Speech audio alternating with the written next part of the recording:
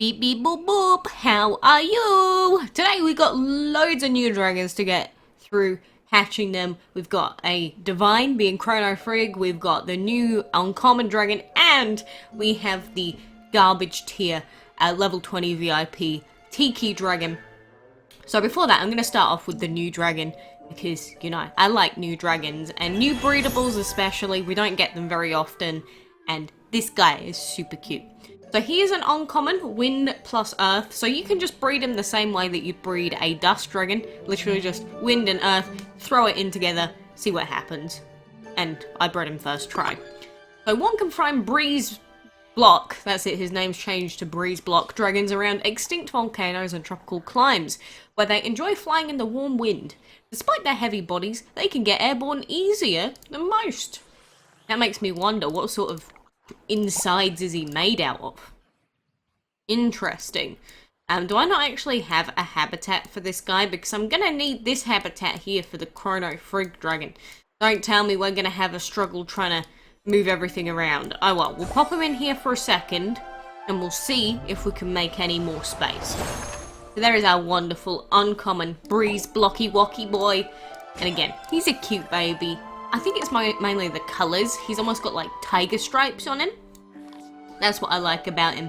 And it's basically like the fire dragon, just with a cuter face. IMO.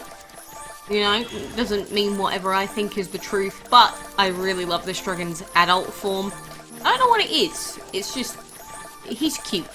So, I enjoy this dragon. Leveling him up to level 20 will give us some bonus DCP. And that's what all these bonus dragons are going to give us. Dragon Collector points. Just look at that thick tail. Whew, it's like a hefty salamander. Love him. Absolutely love him. Probably top 20 favourite dragons right there. So, then the second one we've got here is Mr. Tiki, which he even has an egg that has eyes on it, which is pretty freaky. But he is an epic with light, energy, and fire that you can only get at VIP 20. So this is basically just a pay-to-win dragon, unfortunately for me. The mischievous Tiki Dragon's favourite pastime is hiding among the ruins of the Bob to frighten unsuspecting tourists. It's had a lot of those to play with since the Viking invasion.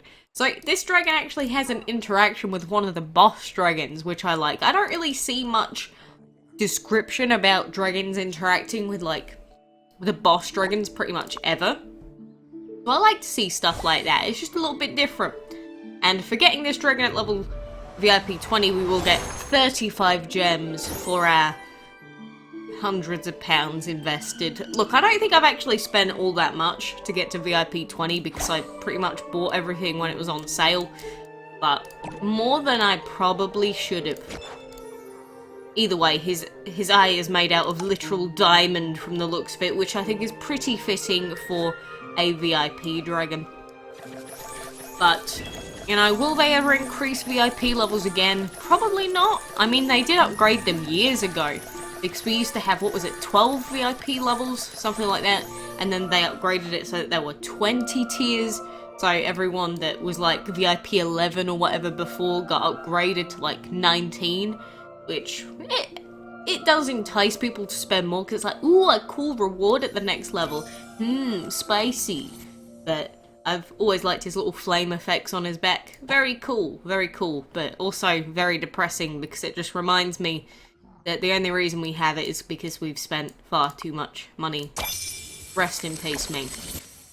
So, apart from that, we don't really have too much else to be breeding at the moment, so I've just been doing breeding quest dragons.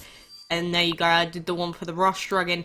Obviously, if I could go for the Skyhorn, I would, but we don't have algae yet, so we're just sort of left wondering what we want to go and try and breed. Just like here, we've got quests for a Sunflower Dragon, we've got one for a Geyser Dragon. I don't know, what do I want to throw in here? Maybe we should go and try and breed for another perfume, just because I'm bored. Should we do it? Let's go. I'm going to go for a duplicate here. And what do we want to breed in this one? Why don't we try and breed another red feather in here? Again, why not? Don't have much else to go with. So, boom bang, shamalam. We got like nothing out of that. That's fine. Again, I don't care too much. But Next goal is probably going to be the next enchantment breedable, which is going to be a toughie. Because we've got our Crumbly, who is currently at level 74, so it won't be long now, and our Crumbly Dragon will be ready to start breeding for Sandshade. But it has taken a while. So let's go ahead, use CHRONO, so boom bam, there you go, and now we can hatch our CHRONO FRIGG Dragon. Not that I know where I'm going to put it, because now everything is full. See, I'm just permanently stuck trying to work out what to do with things at this point. Dazzling Aura, who cares? What is here? Earth and Wind Dragon. Do I have any Earth Dragons that can be moved? Ah, there... Like, what? Can he not just be put in that habitat then? Why can you not be... Why would you recommend me that habitat? Well, that's fine then. Look, problem solved. Easy peasy, dude. So here we go. Here is going to be the main dragon that's going to give us a bunch of DCP because it is a divine. And it has a pretty cool looking egg. This is CHRONO FRIGG, who was the major reward dragon from the last castle event that we had, which is a divine fire and earth divine, which... There's a better ancient version, unfortunately, so CHRONO FRIGG here is not as good as they could be, but interesting dragon. So with an artificially expanded mind, well, I was not expecting that, the CHRONO FRIGG dragon knows all past, present, and future fates across all timelines imaginable. If only we could understand its speech. Wait, so you're telling me that this is basically like the Alakazam of DML, like this dragon basically has like a 5 billion IQ. Because if it knows everything of the past, everything of the present, and everything of the future, that's some big brain stuff right there. That's scary. I didn't actually know that. That's actually made me like CHRONO FRIGG a little bit more. Because the default Frigg just looks like some sort of weird forest dweller, whereas CHRONO FRIGG is literally like the all-seeing eye. And look at that, 405 base dragon collector points.